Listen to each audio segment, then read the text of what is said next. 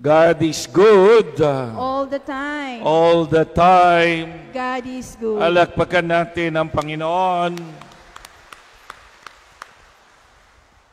Nako, kanina, pinagmamasdan ko talaga yung dami ng tao doon sa Quiapo, no? Talagang kahit na daw ibang religion ay nagpupunta doon, ano? Kasi iniwan nila ang Katolisismo, pero hindi nila makalimutan ang poong Nazareno sa kanilang buhay. So, yun po. Ay, mapapansin niyo po ba, kanina, meron ng salamin, ano? Ang poong Nazareno, di ba? Dati ay pwedeng hawakan siya ng diretso, di ba? Pwedeng kuskusan ng tuwalya, imasin ng tao. Bakit nagkaganon? Kasi pinangangalagaan yung imahen ng Nazareno. Minsan kasi kahablot, nababali yung image na sisira. Ganon din sa, kung mapapansin ninyo sa Vatican ngayon yata, nilagyan na ng salamin yung La Pietà. Dati kasi, alam nyo ba yung La Pietà, no?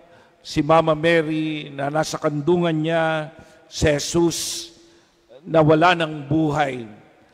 Kasi merong isang tao na may sira sa ulo, may hawak siyang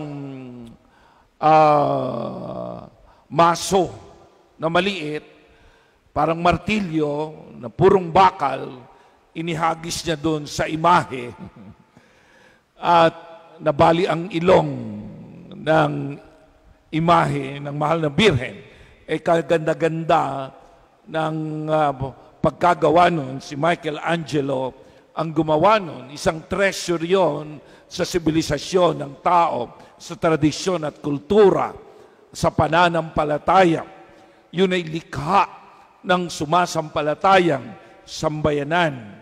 Yun po yun. Kaya maingat tayo sa mga arts. Sa ibang bansa nga, mayroon tinatawag na Bella Arte. Ano yung Bella Arte? Isang komisyon na talagang nangangalaga sa mga ginawa ng mga unang Kristiyanong Katoliko para pangalagaan ang mga images na matatanda na bunga ng pananampalataya, tradisyon at kultura ng Iglesia Katolika, Apostolika, Romana. Kaya pagpasensyahan ninyo kung yung taga Quiapo ay niligyan na ng salamin ang poong Nazareno. Kasi habang dumadaan daw ang karo ng poong Nazareno sa lugar ng mga Iglesia ni Cristo, ay may naririnig silang putok ng baril. Mukhang binabaril ang poong Nazareno at na ano nga yun, napatunayan na may isang tama ng baril, ng bala sa image ng Nazareno.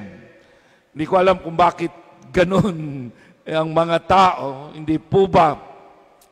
Kanina naman merong ibang reliyon, itinataon pa sa mahabang processions ng Nazareno, sigaw siya ng sigaw, na kayo ay mapupunta sa impyerno kasi gumawa kayo ng imahe na ipinagbabawal ng Diyos. Hindi nila naiintindihan talaga ang ating pagmamahal sa poong Nazareno. Ang ginawa pinagkalipunpunan siya ng mga debotong medyo agresibo at nagtanong sa kanya, inalis yung kanyang, ano ba tawag dyan, megaphone. At sinabi sa kanya, hindi nyo ba Diyos si Kristo? Sagutin nyo kami. Hindi nyo ba Diyos si Jesucristo na taga Nazaret? Yan ang tanong, ang sagot ko, ay sagutin mo. Ang tanong ko ay sagutin mo. Yan ang sabi ng isang deboto. Diyos namin si Kristo na taga Nazaret. Yun naman pala Ayan ay imahin ni Jesus na taga Nazaret. So mukhang hindi lang talaga nila naiintindihan yung ibig sabihin ng imahin sa atin. No? Image. So, Diyos naman pala nila si Jesus of Nazareth. Diyos natin si Jesus of Nazareth. Kaya lang, meron tayong image ng Jesus Nazareno. Mga minamahal na kapatid, ang imahin ng Jesus Nazareno ay gawa iyan noon pa man, panahon pa ng Kastila. Talagang nagmamahal na ang mga tao kay Jesus. Malinaw na sa atin kung sino si Jesus.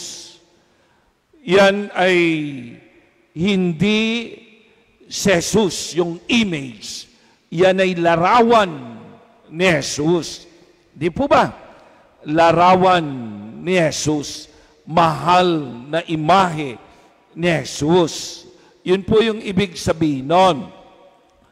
Kaya, bakit mahal natin iyan? Kasi biblical naman Nasa Biblia naman. Hindi po ba? Ang sabi ng Diyos sa unang pagbasa, nung pinakagat sila sa ahas ng Diyos dahil sa kanilang tigas ng ulo, pinakagat sila at hindi na sila makapapasok sa lupang pangako. Ano ang sabi sa kanila ng Diyos?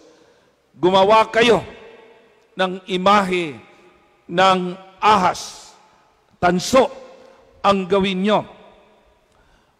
At ang sinumang tumingin doon ay gagaling. Mawawala ang kamandag sa kanilang katawan. At gumawa nga sila at tumingin doon. At yun nga ang nangyari, humingi sila ng tawad. Kaya yung panahon na iyon, gustong sabihin na napaka-importante ng imahe. Pero bakit ahas ang pinagawa? Kaya kung mapapansin mo sa mercury drugs, di ba? Ahas ang nakalagay dun sa parang kopa nila, sa parang chalice. Kasi simbolo ng medicine, simbolo ng gamot.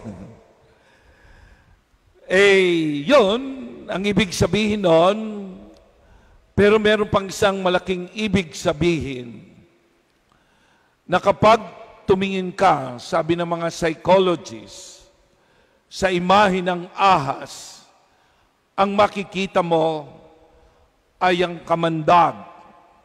Makikita mo ang kamatayan. Makikita mo ang ginawa mong kasalanan.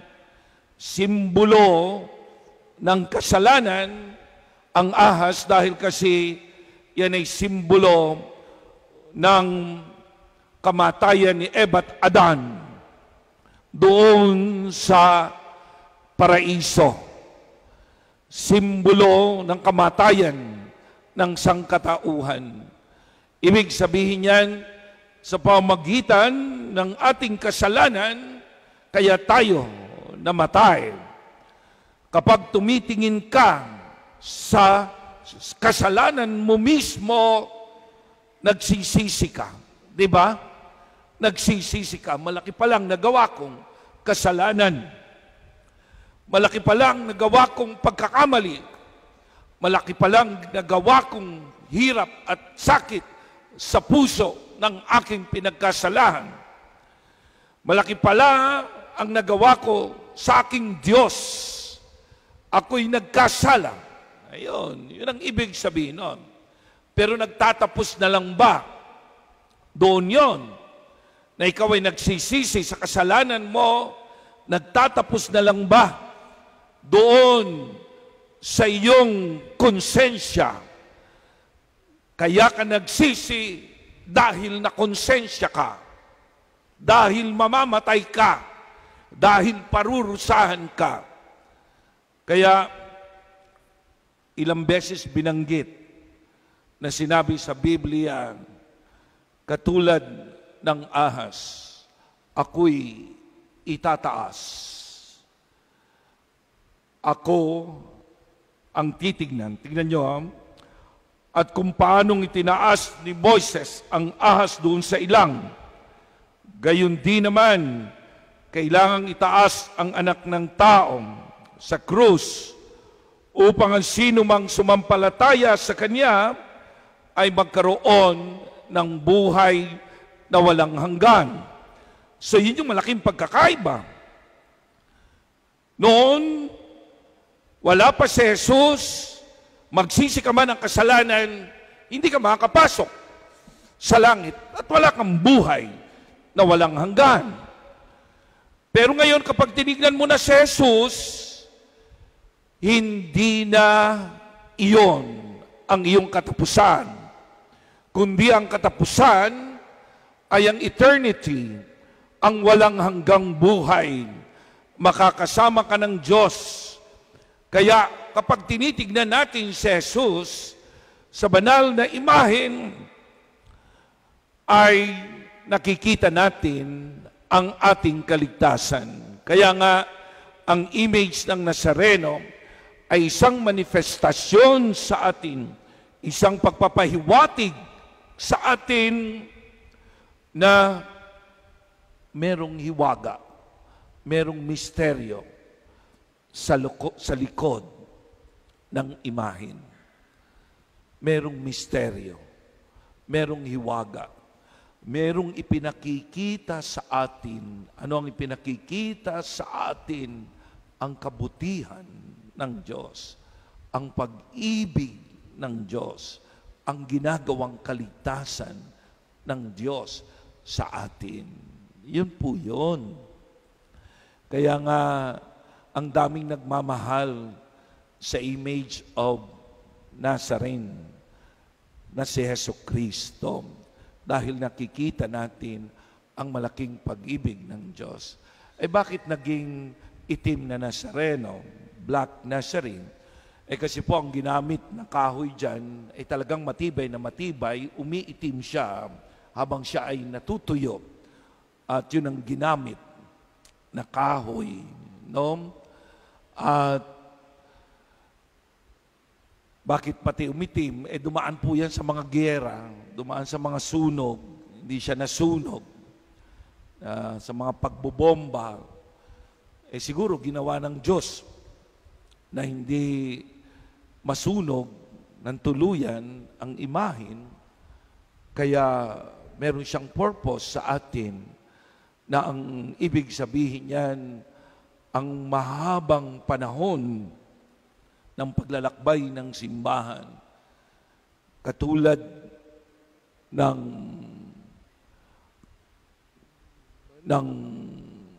panahon ng pagiging Katoliko natin, katulad ng itim na Santo Niño. Yan ang magkakasama eh. Yung itim na Santo Niño, doon din yung nangyari. Gustong sabihin na kung ano yung edad ng ating pananampalataya, halos 500 years ago, sumobra lang ng 500 years ago. Pero mo 500 years ago, ang ating pananampalataya, kasama natin ang simbolo ng ating pananalig, ang maliit na Jesus na Santo Niño at ang Jesus na nagpasan ng krus. Ito ang mga pahiwatig at manifestasyon na ang Diyos ay hindi tayo iniiwan sa ating paglalakbay bilang mga Katoliko. Sinasamahan tayo, tinatawid tayo. Kaya yung mga nang iiwan sa pananampalataya ay insecure yung mga taong iyon at sinasabi nilang mali ang ating pananalig. Hindi mali ang ating pananalig, yan ay nagpapakita ng ating malalim na paggalang sa misteryo, sa hiwaga ng kamatayan, ng pagpapakahirap ng ating Panginoon, malalim na hiwaga ng kanyang pagsisikap na samahan tayo sa daigdig na ito. Kaya mga minamahal na kapatid, ang dami kong mga nakikilalang mga tao na nagmamahal sa Black Nazarene.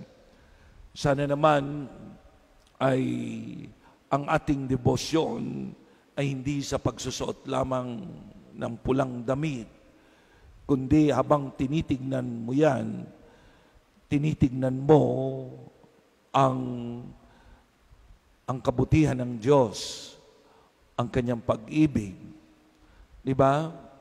Ang kanyang pagpapakumbaba, yung mga paghihirap niya sa kanyang buhay para lamang ang ating buhay ay maligtas.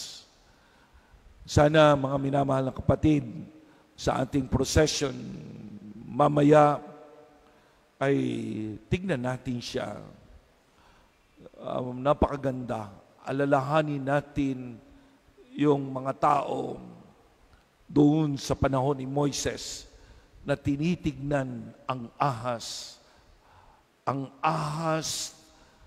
na simbolo ng kanilang kasalanan. Ngayon, tignan mo naman siya na simbolo ng malaking pag-ibig ng Diyos. Hindi na ahas ang pinatitignan sa iyo ng Panginoon, kundi ang pinatitignan sa iyo ay ang kanyang mahal na anak, ang kanyang kabutihan sa iyo. Kaya, yun yung gusto kong sabihin sa inyo. Ang mga deboto nito dapat ay malalim ang kanilang pagpapakumbaba. Huwag na tayong manisi ng manisi sa ibang mga tao. Kapag naglilingkod ka sa mahal na Nazareno, huwag mo nang tignan ang mga pagkakamali ng iba. Kapag tinignan mo yung mga pagkakamali ng iba, katulad ng ibang reliyon, laging tinitignan yung mga pula nila. Wala na silang magawa, kundi mamula. Si Jesus, hindi siya namumula, bagaman ang kanyang ginagawa ay patuloy na pagpapakumbaba, patuloy na pagpapakita ng pag-ibig ng Diyos.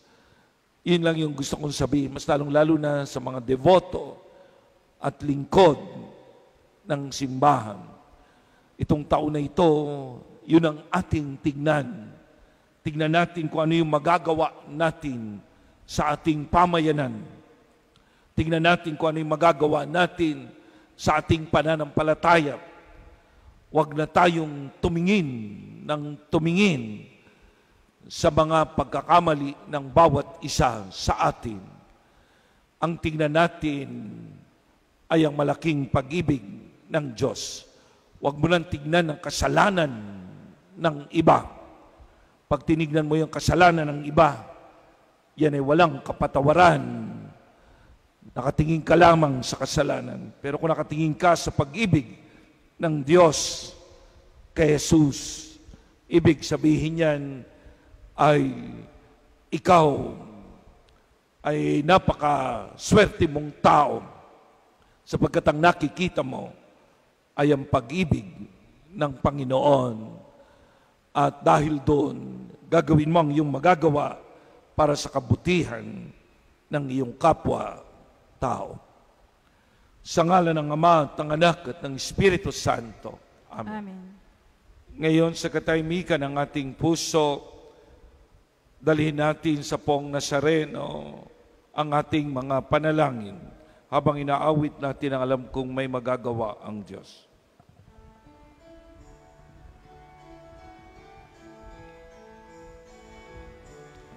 Alam kong may magagawa ang Diyos.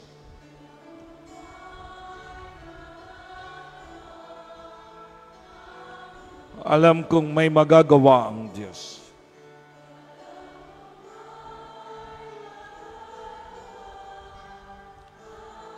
Kung ako'y magtatapat sa Kanya'y maglilingkod.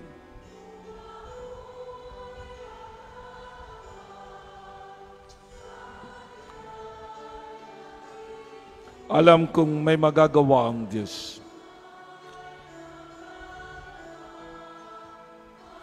Taas natin ating mga kamay. Alam kong diringgin ng Diyos ang samong ko.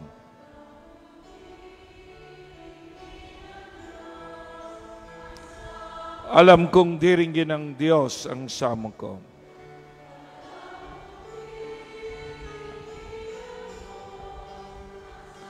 Kung ako'y magtatapat sa Kanya'y maglilingkod.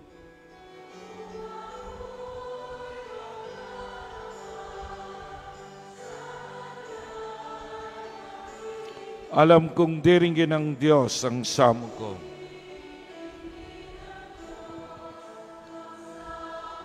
Iham natin ang awitin. Panginoon naming Diyos, po naming Nazareno, ngayon ay pinakikita mo sa amin, ipinahayag mo sa amin ang iyong mga paghihirap na susungin na sinuong na sa daigdig na ito nung ikaw ay naririto bilang taong. Panginoon naming Diyos, sa mga hirap at sakit na iyon, humihingi kami ng kapatawaran sa mga nagawa naming mga pagkakamali at pagkukulang. Sa mga pagkakamali at pagkukulang ng aming pamilya, patawarin mo ang mga nagawa naming mga kasalanan. Habang tumitingin kami sa iyong imahen, nakikita namin ang malaking pag-ibig mo sa amin, ang pag-ibig ng Ama. Kayang-kayang tunawin ng iyong pag-ibig ang gabundok at matigas na kalooban ng taong. Kaya mong durugin sa pamagitan ng iyong awa ang aming pagkakamali. Sa pamagitan ng iyong habag, lumalapit kami ngayon, durugin mo ang aming pagkataong na masama. Durugin mo ang mga nagawa naming mga pagkakamali, Panginoon. Huwag mo kaming parusahan. Huwag mong pabayaan ang kamandag ng ahas ng iyong kalaban ay aming tanggapin. Bagkus ang iyong pagpapatawad ang aming kamtin. Sa iyo ding mahal na imahin, abang tinitingnan namin ito, nakikita namin ang iyong tulong sa amin. Kaya pinagdarasal namin ang aming pamilya, tulungan mo kami, ang aming simbahan, ang aming lugar, ang buong daigdig, maawa ka sa amin at bigyan mo ng kapayapaan. Pinagdarasal namin ang mga pangarap ng aming pamilya sa harapan ng iyong imahen. Lalong-lalo na ang mga may karamdaman, inilalapit namin sa iyo. Tulungan mo kami, Panginoon. Yung mga matatanda namin, Panginoon, sana bago man lamang kami lumipas sa daigdig na ito, matamo namin ang kapayapaan, kasiguraduhan at pag-asa sa pagtawid namin sa daigdig na ito tungo sa buhay na walang hanggan. Baunin sana namin sa aming mga mata, sa aming puso, ang nakikita naming imahin mo ng iyong pag-ibig. Sa aming katandaan at sa paglisa namin sa daigdig, huwag sanang mawala ang iyong larawan sa aming isip at sa aming kaluluwa. Ang larawan ng awa at pag-ibig. Salamat po, Panginoon. Alleluia, alleluia.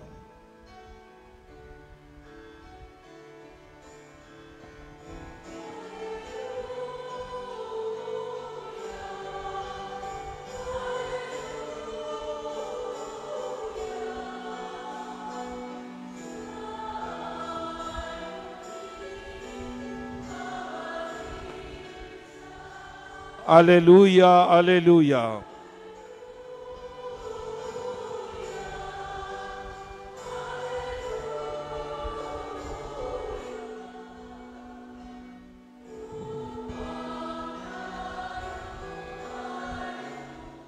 Sabihin mo sa katabi mo, merong magandang mangyayari sa iyo.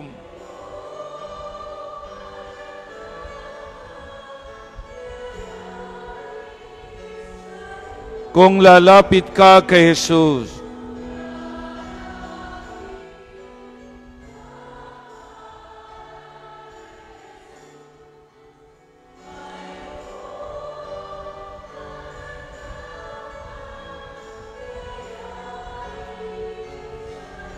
Kung lalapit ka kay Jesus,